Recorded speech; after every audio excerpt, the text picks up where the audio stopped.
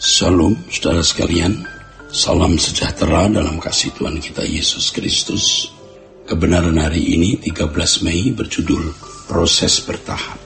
Kalau seseorang berpandangan bahwa Allah secara sepihak menentukan keselamatan seseorang di luar kesadaran orang tersebut, ada kecenderungan tidak memahami kenyataan bahwa Allah bekerja melalui proses yang bertahap dengan melibatkan masing-masing individu, saudara. Ya, ketika Allah menciptakan manusia, tidak dikatakan bahwa manusia adalah manusia yang sudah sempurna. Sebab kalau manusia berkeadaan sempurna, berarti manusia tidak bisa berbuat dosa. Tidak perlu lagi ada proses perubahan atau pertumbuhan lagi.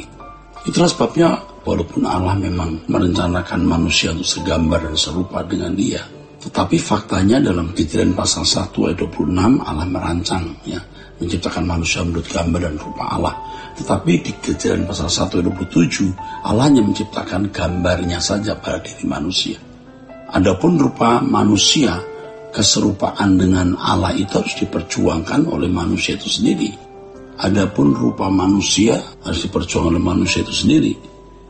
Dari kenyataan bahwa bumi berkeadaan harus dikembangkan, dan dalam penciptaan Allah menciptakan dengan proses tahapan-tahapan yang ketat, maka manusia secara individu juga harus mengembangkan diri sedemikian rupa secara bertahap pula, khususnya potensi moralnya.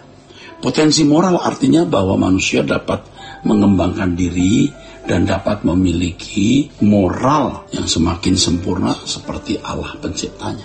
Melalui perjalanan waktu, manusia dapat menjadi dewasa dan lebih bijaksana. Seandainya manusia dapat melampaui cobaan di Taman Eden, manusia menjadi serupa dengan Allah Bapa. Maksudnya dalam segala sesuatu yang manusia kehendaki dan lakukan, selalu sesuai dengan pikiran dan perasaan Allah. Mestinya melalui proses bertahap, Adam mengalami progresivitas itu. Melalui berjalannya waktu, Adam dapat menjadi sempurna. Ya, mestinya, saudaraku sekalian, mestinya begitu, melalui perjalanan waktu Adam makin sempurna, tetapi ternyata Adam gagal. Kejatuhan Adam tidak dirancang oleh Allah. Sejatinya Allah menghendaki manusia dapat menjadi teman atau sahabat sekutunya di keabadian yang selalu melakukan kehendaknya. Jadi Allah menghendaki manusia dapat menjadi teman atau sahabat atau sekutunya di keabadian yang selalu melakukan kehendak Bapa. Itu rancangan.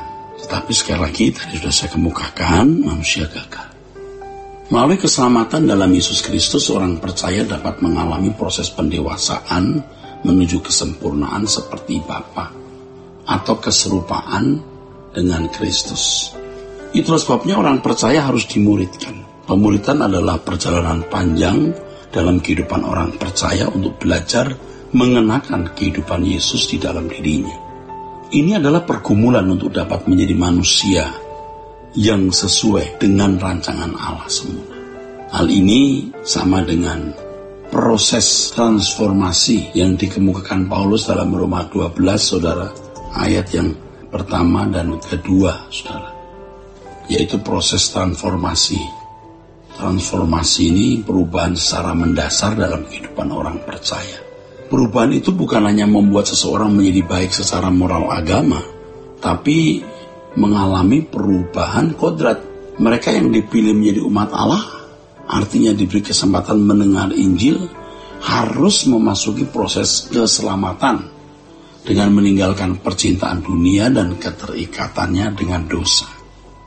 Supaya bisa mengenakan kodrat ilahi atau mengambil bagian dalam kekudusan Allah. Menimbang kemuliaan yang tiada tara yang akan diterima orang percaya, maka pantaslah kalau orang percaya dituntut untuk melepaskan beban dan dosa sebagai perlombaan yang wajib.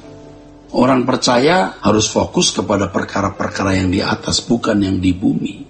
Pantaslah Tuhan menyatakan bahwa kalau seseorang masih terikat dengan harta dunia, ia tidak akan mengerti firman Tuhan. Lukas 16 ayat 11. Pantaslah juga kalau Tuhan menyatakan bahwa persahabatan dengan dunia adalah permusuhan dengan Allah. Manusia yang memberi diri untuk diselamatkan adalah manusia yang berani melepaskan diri dari segala miliknya, agar dapat dimuridkan atau didewasakan, supaya bisa mengalami perubahan kodrat tersebut, saudara. Ini penting sekali untuk dipahami, agar dapat dimuridkan, didewasakan, supaya bisa mengalami perubahan kodratnya. Akhirnya bisa mengalami perubahan kodrat, saudara. Manusia yang tidak bisa diubah seperti yang Allah kehendaki adalah manusia yang tidak selamat. Orang percaya tidak boleh mengini dunia ini. Kalau kita bekerja mencari nafkah sebab kita sedang mewujudkan rencana Allah dalam hidup kita secara pribadi, dan orang lain yang memberi diri diselamatkan oleh Tuhan Yesus. Jadi kita mau mewujudkan rencana Allah dalam hidup kita, dan orang lain yang memang diselamatkan, artinya mau diubah juga. Jadi kita tidak bisa melayani semua orang. Kadang orang tidak mau dilayani dengan sikap menolak berubah. Pandangan bahwa Allah secara sepihak menentukan keselamatan seseorang di luar kesadaran orang tersebut menciptakan kecenderungan tidak memahami kenyataan betapa beratnya mencapai target keselamatan yang Allah kehendaki, dan tidak memahami proses keselamatan yang berlangsung secara ketat itu. Orang-orang yang menganut pemahaman pengajaran atau doktrin tersebut pasti tidak mengerti dan tidak melakukan secara proporsional bagaimana berusaha untuk memiliki kehidupan yang tidak bercacat dan tidak bercela. Besar kecenderungan masih hidup secara wajar seperti manusia lain, saudaraku. Nah, ini masalahnya. Padahal mengikuti Yesus harus mengikuti teladannya, meninggalkan dunia dengan segala kesenangannya. Kelompok orang Kristen yang meyakini bahwa keselamatan ditentukan secara mutlak, secara sepihak oleh Allah, pasti lebih menempatkan aspek, pasti kurang menempatkan aspek praksis atau implikasi dalam kehidupan. Mereka memang cakap dalam berbicara, menulis buku, tapi kurang memiliki roh yang lemah lembut dan tentram.